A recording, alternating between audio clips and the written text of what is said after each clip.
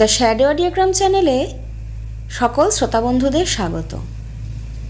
আজকে আমি বুদ্ধদেব গুহর লেখা একটি গল্প ডিড ইউ ডু ইট এটি পাঠ করব। গল্পটি সম্পূর্ণরূপে প্রাপ্তবয়স্কদের জন্য। গল্পটি ভালো না লাগলে দয়া করে এড়িয়ে যাবেন। আর গল্পটি ভালো লাগলে অতি অবশ্যই আমাদের চ্যানেল দ্য শ্যাডো অডিওগ্রামকে সাবস্ক্রাইব করে আমাদের পাশে থাকবেন। তাহলে শুরু হচ্ছে আজকে আমাদের গল্প ডিড ইউ ডু ইট। অশেষেরও বিয়ে হয়েছিল মুঙ্গেরে। যদিও অনেক করে বলেছিল, কিন্তু আমার পক্ষে বরযাত্রী যাওয়া সম্ভব হয়নি। বিয়ে করে নতুন বউ নিয়ে হাজারিবাগে ফিরেছিল। আমি মৃন্ময়ের বিয়েতে হাজারিবাগ গিয়েছিলাম। মৃন্ময়ের বিয়ে রাঁচির ডুরান্ডের এক বড় ব্যবসায়ীর একমাত্র মেয়ের সঙ্গে হয়। বিয়ের পরে ওদের সীতাগড়া পাহাড়ের কাছের বাড়িতেই ছিলাম। ওরা দুই ভাই, মৃন্ময় আর মৃত্যুঞ্জয়। মৃত্যুঞ্জয়দা আমাদের চেয়ে বয়সে বেশ বড় মানে বছর 10 বড়। মৃত্যুঞ্জয়দার বিয়ে আগেই হয়ে গিয়েছিল। তার শ্বশুরবাড়ি ছিল পাটনাতে। বৌদির নাম সজনী। মৃন্ময়ের বিয়ের পর কদিন খুব হইচই হলো।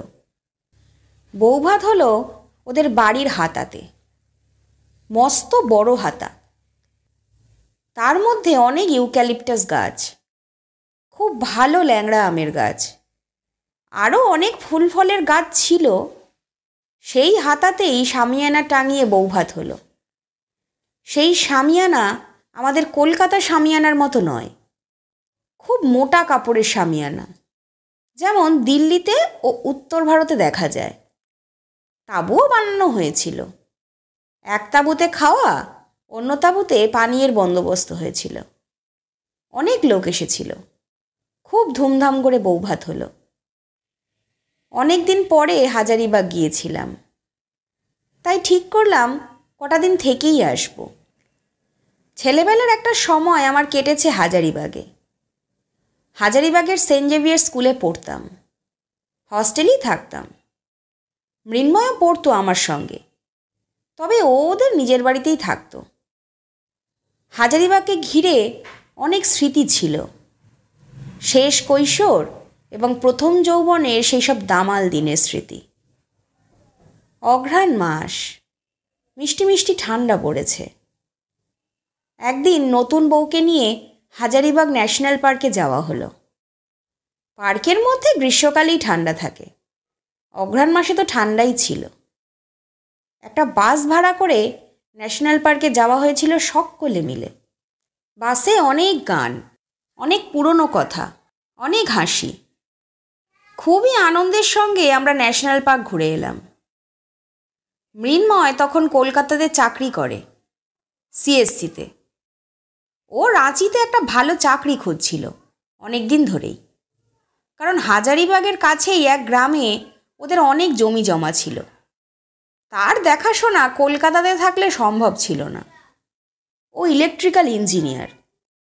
নানা জায়গাতে চাকরির দরখাস্ত করছিল। আমি থাকতে থাকতেই ওর একটা ইন্টারভিউয়ের চিঠি এলো। ওকে যেতেই হবে। ইন্টারভিউ রাঁচিতে, হেভি ইঞ্জিনিয়ারিং কোম্পানির চাকরি। মৃন্ময় তার স্ত্রীকে নিয়ে রাঁচি চলে গেল দিন 4-5 জন্য। দিরাগমনও হবে, চাকরির ইন্টারভিউও হবে, দুই কাজই সম্পন্ন করা হবে। মৃন্ময় শ্বশুরবাড়িও তো ছিল রাঁচি ডুরান্ডাতে। ইতিমধ্যে মৃত্যুঞ্জয়দার ট্যুর পড়ল বিহারেরই নানা জায়গায়। উনি একটা বড় ওষুধ কোম্পানির সেলস ম্যানেজার ছিলেন। তার হেডকোয়ার্টার্স ছিল পাটনাতে। এমনিতেই ভাইয়ের বিয়ের জন্য বেশ কয়েকদিন ছুটি নিয়েছিলেন, তাই তাকে যেতেই হলো। ছুটি আর বাড়ানো সম্ভব হচ্ছিল না। বাড়িতে রইলাম শুধু আমি আর সজনী বৌদি। মৃত্যুঞ্জয়দার বিয়ে হয়েছিল বছর 10, কিন্তু কোনো ছেলে মেয়ে হয়নি।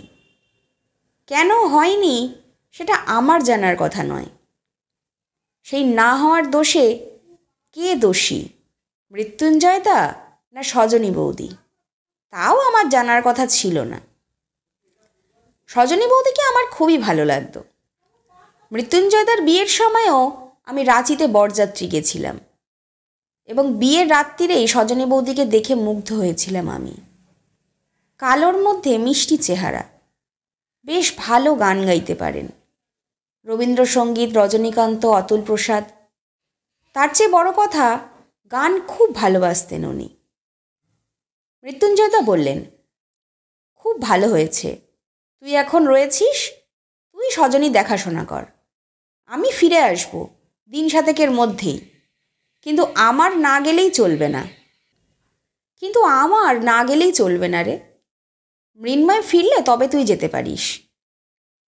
মৃত্যুঞ্জয়দাও চলে গেলেন, আর মৃত্যুঞ্জয়দার ভাই আমার বন্ধুও চলে গেল রাঁচিতে তার স্ত্রীকে নিয়ে। আমি যে একা থাকবো বাড়িতে সজনী বৌদির সঙ্গে, এটা ভেবেই আমার ভয় ভয় করতে লাগলো। কারণ আমি ছেলেবেলা থেকেই অত্যন্ত বেশি রোম্যান্টিক এবং বড় ঘন ঘন প্রেমে পড়তাম। আর সজনী বৌদিকে তো বিয়ের দিন থেকেই দারুণ ভালো লেগেছিল। যদিও তখন আমার বিয়ের বয়স হয়ে গিয়েছিল, প্রেম কাকে বলে তা জানতাম না। এখন যেমন ছেলেমেয়েরা প্রেম বলতে ভাবে শুয়ে পড়া কারোর সঙ্গে, আমাদের সময় সেরকম ছিল না। আমরা অত্যন্ত রক্ষণশীল ছিলাম এবং প্রেম একটি মানসিক সম্পদ অথবা বিপদ বলেই গণ্য হতো তখন। সজনী বৌদি বললেন, খুব ভালো হলো, চিন্ময় থাকবে মানে আমি ওর গান শুনবো আর ওর যা খেতে চায় রান্না করে খাওয়াবো। সজনী বৌদির রান্নার হাতও খুব ভালো ছিল। রান্না যে মেয়েদের কত বড় গুণ সেটা অনেক মেয়ে নিজেও জানেন না। রান্না করে খাইয়ে অনেক নারী অনেক পুরুষের মন জয় করতে পারেন, তখনও পারতেন, এখনও পারেন। নিজের রান্না করার মধ্যে কোনো হীনমন্যতা তখনকার দিনে ছিল না, বরং রান্না করাটাই একটা সুন্দর কর্তব্য বলেই মনে করতেন অধিকাংশ নারী, এবং রান্না করতে খুব ভালোবাসতেন। আমি সকালবেলা উঠে সাইকেল নিয়ে চলে যেতাম হাজারিবাগের পার্ল মোটর কোম্পানির কাছে, জলের ট্যাঙ্কের নিচে। সেখানে মাছ নিয়ে আসতো মাছওয়ালারা, তার মধ্যে অধিকাংশই তিলাইয়া ড্যামের মাছ। বড় বড় রুই, কাতলা, ছোট মাছ কমই পাওয়া যেত। যতক্ষণে বাজার করে ফিরে আসতাম ততক্ষণে সজনী বৌদি আমার জন্য জল খাবার করে বসে থাকতেন। আমি ফিরলে আমরা একসঙ্গে খাবার ঘরে প্রাতরাশ সারতাম। জানলা দিয়ে সীতাগড়া পাহাড় দেখা যেত, বেশ উঁচু পাহাড়। হাজারিবাগ শহরের 3 দিকে 3টি পাহাড় ছিল, সিলভার, সীতাগড়া আর কানহারি। সীতাগড়া পাহাড়ের ওপর একটি পিরজা পোল ছিল, তাতে অনেক গরু বলদ থাকত এবং সেই গরু বলদের লোভে একটি বড় বাঘ আস্তানা গেড়েছিল। সে প্রায়ই পিজরা পোলের গরু বলদ মারত এবং আমি যাবার কদিন আগেই সে একটি মানুষও মেরেছিল। আমি যাবার পর একটি শিশুকে ধরে খেয়েছিল। সেই বাঘ মারার জন্য নানা শিকারীর দল তখন সীতাগড়াতে যাওয়া আসা করতেন, মাচা বেঁধে বসতেন, কিন্তু তখনও পর্যন্ত সেই বাঘ মারা পড়েনি। সীতাগড়া পাহাড়ের নিচ দিয়ে চলে গেছে লাল কাঁকড়ের রাস্তা, সোজা গিয়ে শেষ হয়েছে সীতাগড়া গ্রামে। সেই রাস্তারই পাশের পাহাড়ি নালার ভিজে বালিতে সেই বাঘের পায়ের দাগ আমি দেখেছিলাম, আর সজনী বৌদিও। কারণ আমরা প্রতিদিন সকালে ও বিকেলে নিয়ম করে ওই পথে হাঁটতে যেতাম। ঘন জঙ্গলের মধ্যে দিয়ে ছিল সেই পথ, দুপাশেই হরজাই জঙ্গল। বাদিকে সীতাগড়া পাহাড় উঠে গিয়েছিল। অল্প অল্প শীতের মধ্যে সকালের রোদ এবং বিকেলের রোদ এক আশ্চর্য মায়াময় পরিবেশ তৈরি করত।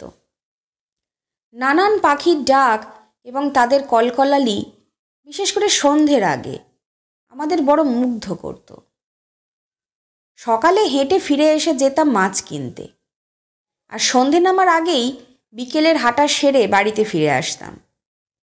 একটি কাজের ছেলে ছিল, তার নাম ছিল ফাগুয়া।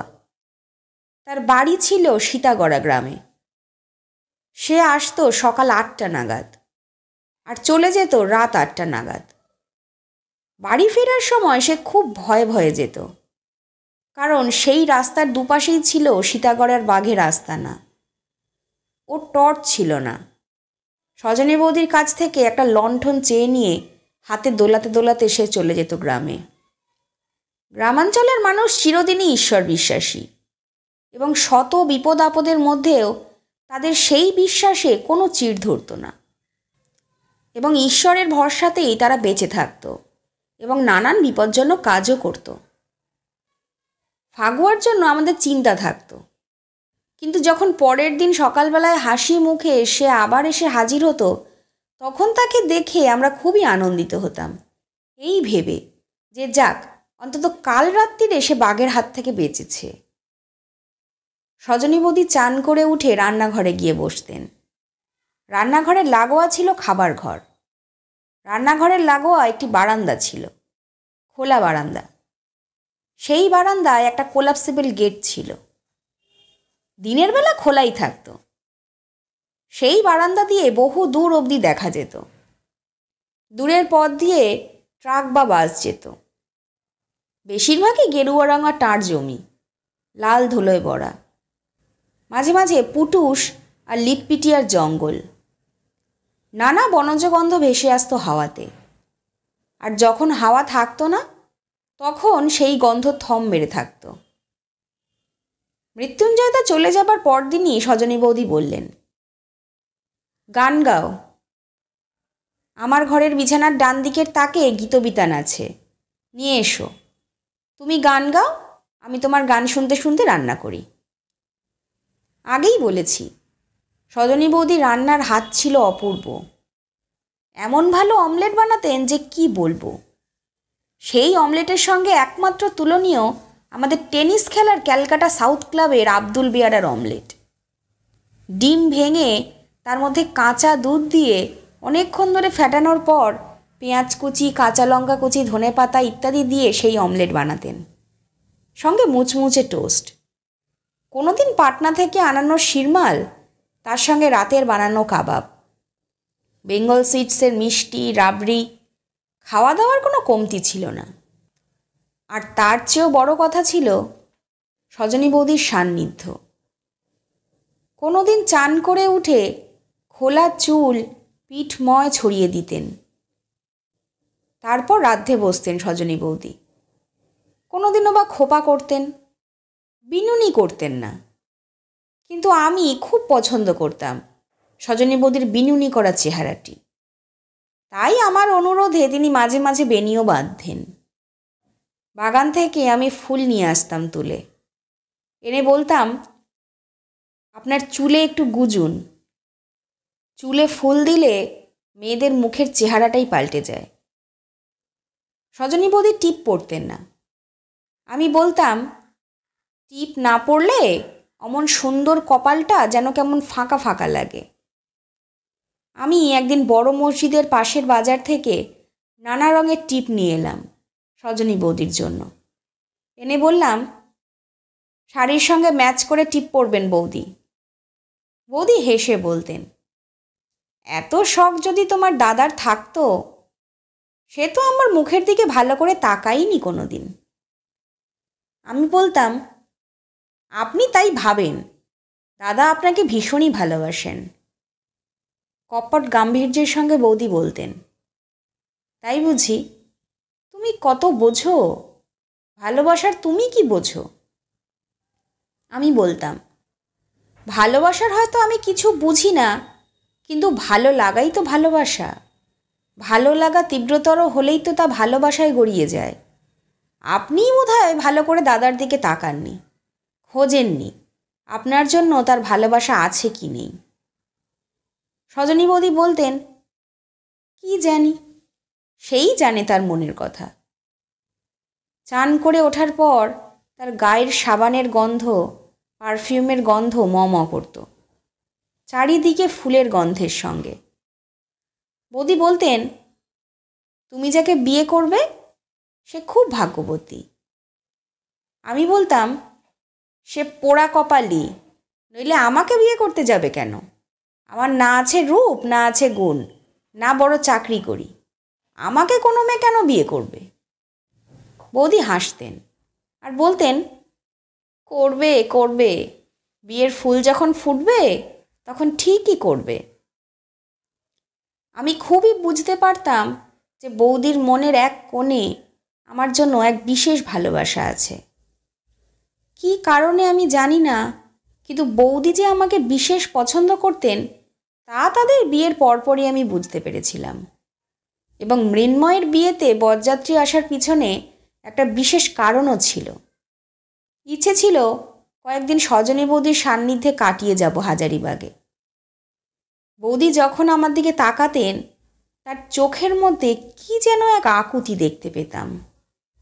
উনি কি যেন চাইছেন আমার কাছ থেকে, কিন্তু সেই চাওয়াটা যে কি তা আমি ঠিক বুঝে উঠতে পারতাম না। এই করে দিন যায়, 1 দিন 2 দিন 3 দিন হয়ে গেল। মৃত্যুঞ্জয়দার ফেরার সময় হয়ে আসছে, আর 2 দিন পরেই উনি আসবেন। সেদিন রাত্রিরে খাওয়া দাওয়ার পর ফাগুয়া চলে গেলে বৌদি আমার ঘরে এসে বসলেন। বসে বেশি কথা বললেন না, আমার অনুরোধে গানও করলেন না, খালি আমার মুখের দিকে চেয়ে বসে রইলেন। ফাঁকা বাড়ি, বাড়িতে আর তৃতীয় মানুষ নেই, আমি আর বৌদি। সম্পর্কে বড় হলেও আমার চেয়ে বয়সে মাত্র 2-3 বছরের বড় ছিলেন।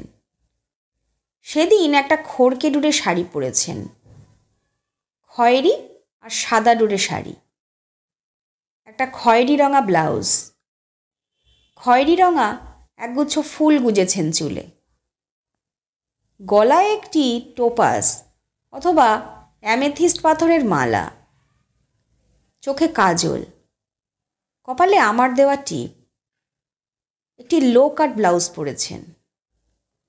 সেই ব্লাউজের মধ্যে দিয়ে তার প্রস্ফুটিত 2টি বুক উদ্বেল হয়ে উঠেছে।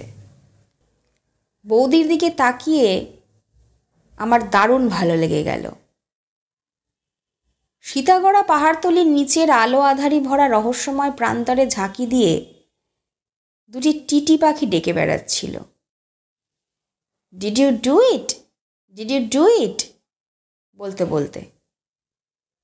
বৌদি বললেন, রাতে বাথরুমে যেতে আমার ভীষণ ভয় করে। কেন? ওই বাড়িতে কোনো ঘরেই অ্যাটাচ বাথরুম ছিল না। পুরনো দিনের বাড়ি, বাথরুমটি একটু দূরেই ছিল, বসার ঘরের লাগোয়া। একটি বাথরুম ছিল বাড়িতে, যদিও ঘর ছিল 3টে।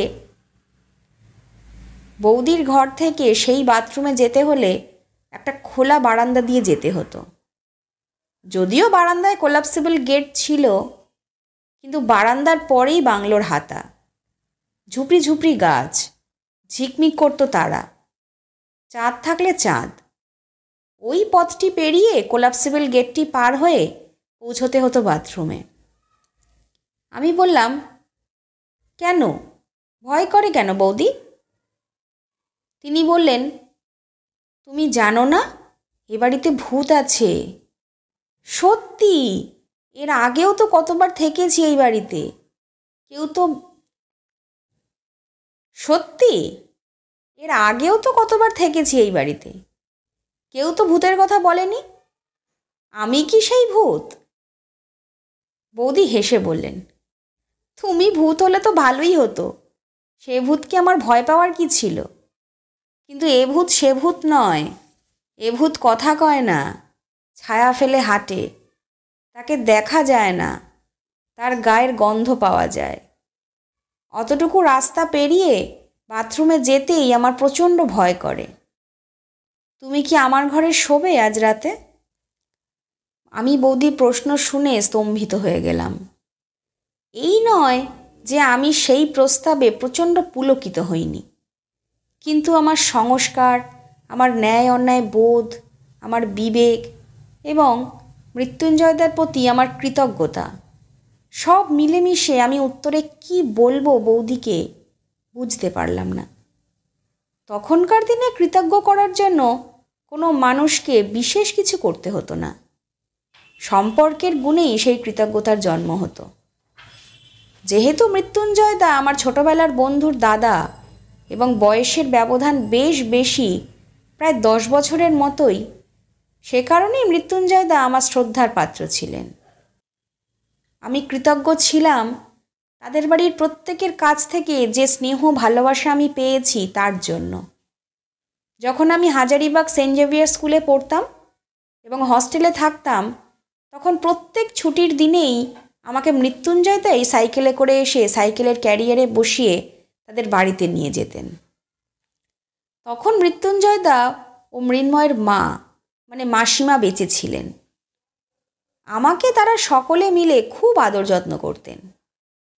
আমার পরিবারের সঙ্গে যদিও তাদের পরিবারের কোনো রক্তের কিংবা বৈবাহিক সম্পর্ক ছিল না, আমার বাবার সঙ্গে মৃত্যুঞ্জয়দার বাবার আলাপ ছিল, এই পর্যন্ত। সেই সূত্রে বাবা যখন আমাকে সেন্ট জেভিয়ার্স কলেজে ভর্তি করেন, তখন মৃত্যুঞ্জয়দার বাবাকে অনুরোধ করে গিয়েছিলেন যে ছুটি ছাটায় ছেলেকে একটু সঙ্গ দেবেন। বাবা মৃত্যুঞ্জয়দার বাবা মথুর কাকাকেই আমার লোকাল গার্জেনও করে দিয়েছিলেন। যাই হোক, সেসব নানা কারণে একটা কৃতজ্ঞতা বোধ আমার মধ্যে প্রথিত হয়েছিল এবং সেই জন্যই বৌদির প্রস্তাবে আমি কিংকর্তব্য বিমূঢ় হয়ে গিয়েছিলাম। আহ্লাদে আটখানাও যেমন হয়েছিলাম, আবার ভয়ে সিটিয়েও গিয়েছিলাম। বৌদি অনেকক্ষণ আমার মুখের দিকে তাকিয়ে বললেন, কি হলো, উত্তর দিলে না যে? চলো, আজ রাতে আমরা এক ঘরে শোবো। আমার নতুন বালাপোষ এসেছে জানো, সেজ মামা বহরমপুর থেকে পাঠিয়ে দিয়েছেন। আমি বললাম, বালাপোষ? সে আবার কি জিনিস? কখনো দেখিনি তো। বালাপোষ দেখনি? আজকে বালাপোষ আবিষ্কার করবে। আমরা মানে আমি আর তুমি একই বালাপোষের নিচে শোবো। শিমুল তুলো, পরতে পরতে ধুনে সেই তুলো পরতের পর পরতে ফিনফিনে মখমলের ওপর জমিয়ে তারও পরতে পরতে আতর লাগিয়ে ওপরে মুর্শিদাবাদ সিল্কের ময়ূরকণ্ঠী রঙা অথবা লাল রঙা অথবা গাঢ় নীল কিংবা সবুজ রঙা কাপড় দিয়ে কাঁথার মতো সেলাই করেই বালাপোষ বানায় মুর্শিদাবাদের গুণী মানুষেরা। এইসব শিল্প আতরের শিল্পের মতোই আজকাল আস্তে আস্তে ম্রিয়মাণ হয়ে যাচ্ছে, কারণ তরুণ প্রজন্মের মানুষেরা এইসব ব্যবসায় আসছেনও না, আর এইসব জিনিসের ব্যবহারকারীর সংখ্যাও কমে যাচ্ছে দিন দিন। কিছুদিন পরে হয়তো বালাপোষ কিংবা আতর আর পাওয়াই যাবে না। যাই হোক, বালাপোষটি আশা থেকে আমি ব্যবহার করিনি, আজকে রাত্রে ব্যবহার করব। তুমি যখন আমার পাশে শুয়ে থাকবে আমাকে পাহারা দিয়ে। আমি কি উত্তর দেব ভেবে পেলাম না। এদিকে রাত গড়িয়ে যাচ্ছে, সেই পাহাড়তলির পাখিগুলো সমানে প্রশ্ন করে যাচ্ছে, did you do it, did you do it. এক সময় আমি উঠে বৌদির সঙ্গে গেলাম বৌদির ঘরে। ঘরে ধূপ জ্বলছে, সুন্দর গন্ধ, ফুলদানিতে ফুল রয়েছে। সেই ফুলের গন্ধ, ধূপের গন্ধ এবং বৌদির গায়ের পারফিউমের গন্ধ সব মিলে এক আশ্চর্য আবেশ তৈরি হয়েছে। আমি রীতিমতো রোমাঞ্চিত হলাম। তারপর বৌদির খাটেও গিয়ে বসলাম। বৌদি বললেন, তুমি কোন দিকে শোবে, ডান দিকে না বাঁ দিকে? তুমি কি কোলবালিশ ব্যবহার করো? করলেও আজকে তোমার আর কোলবালিশের দরকার হবে না, আমি তোমার কোলবালিশ হব। এ কথাতে আমারও আরও উত্তেজনা বাড়ল। বৌদি বললেন, তুমি একটু বসো, আমি একটু বাথরুম থেকে আসি। এখন যেতে ভয় করবে না, এখন তো বড় আলোটাও জ্বলছে বারান্দায়। বৌদি যখন বাথরুমে গেলেন, আমি তখন বিবশ হয়ে বৌদির খাট থেকে উঠে খাটের পাশে রাখা চেয়ারটিতে গিয়ে বসলাম। বেশ কিছুক্ষণ পরে বৌদি ফিরে এলেন। ফিরে আসায় সাবানের গন্ধ আবার তীব্র হলো। হয়তো কানের লতিতে ও ঘাড়ে অডিকোলনও মেখেছিলেন। অডিকোলনেরও গন্ধ পেলাম যেন মনে হলো। তারপরে আমি বৌদির 2 গালে আমার 2 হাতের পাতা রেখে বৌদির কপালে এবং 2 চোখে চুমু খেয়ে বৌদিকে বললাম, আপনি দুঃখ পাবেন না। আমি অনেক কিছু পারি, আবার পারিও না। তাই আমাকে আপনার সঙ্গে শুতে বলবেন না। এইরকমভাবে কিছু পাওয়ার মধ্যে কিছু বাহাদুরি নেই, কারণ এই পাওয়া আমাকে অর্জন করতে হয়নি। ফাঁকা বাড়িতে দাদাস্থানীয় একজনের স্ত্রীর সঙ্গে শুতে তারই আহ্বানে কোনো বাহাদুরির দরকার হয় না, কোনো সাহসেরও দরকার হয় না, কোনো প্রতিবন্ধকতা পেরোতে হয় না। সেই জন্যই এই জয় আমার কাছে কোনো জয়ই নয়। আপনি হয়তো দুঃখিত হলেন, আপনার হয়তো অনেক দুঃখ বুকের মধ্যে জমে আছে। আমার মাধ্যমে হয়তো সেই শূন্যতাই আপনি ভরাতে চেয়েছিলেন, কিন্তু আমি অপারগ। আমাকে ক্ষমা করুন বৌদি। তারপর ঘর থেকে চলে আসার সময় বৌদির বুকের সন্ধিতে আমি দীর্ঘক্ষণ ধরে একটি চুমু খেলাম। বৌদি আমাকে জড়িয়ে ধরলেন 2 হাতে। বৌদির মুখের জর্দার গন্ধ আমাকে আবিষ্ট করে ফেলল। তারপর সজনী বৌদিকে 2 হাতে ধরে খাটে বসিয়ে আমি ঘর থেকে বেরিয়ে এলাম। বললাম, দরজাটা ভালো করে বন্ধ করে দিন। আমি আমার ঘরে ফিরে গেলাম। সেই পাখি দুটো শিশির ভেজা জ্যোৎস্না ভেজা টাঁড়ে তখন বুকের মধ্যে চমক তুলে ডাকছিল, did you do it, did you do it. ঘরের আলো নিভিয়ে দিয়ে খোলা জালনার সামনে চেয়ার টেনে নিয়ে বসে বাইরের টাঁড় আর সীতাগড়া পাহাড়ের পাহাড়তলির দিকে চেয়ে বসে রইলাম টিটি পাখিদের ডাকের মধ্যে। ভাবছিলাম, অনেক কিছু করতে খুব ইচ্ছে করলেও করা যায় না, করা উচিত নয়। তাছাড়া যে একদিন আমার ঘরণী হয়ে আসবে, দেরি করে এলেও আসবে তো নিশ্চয়ই, তার জন্য কিছু শুদ্ধতা, কিছু বিশ্বাস অবশ্যই রেখে দেওয়া উচিত। নিঃস্বতার উপরে কোনো সম্পর্কই গড়ে তোলা উচিত নয়। দূরের পাখিগুলির দিকে চেয়ে মনে মনে বললাম, believe me, I did not do it. Sajani বৌদির জল ভরা চোখ আমার চোখের সামনে ভাসছিল। জানি ভাসবে সারা রাত, বাইরের চাঁদের আলোতে ভেসে বেড়ানো পাখিগুলোরই মতো। কিন্তু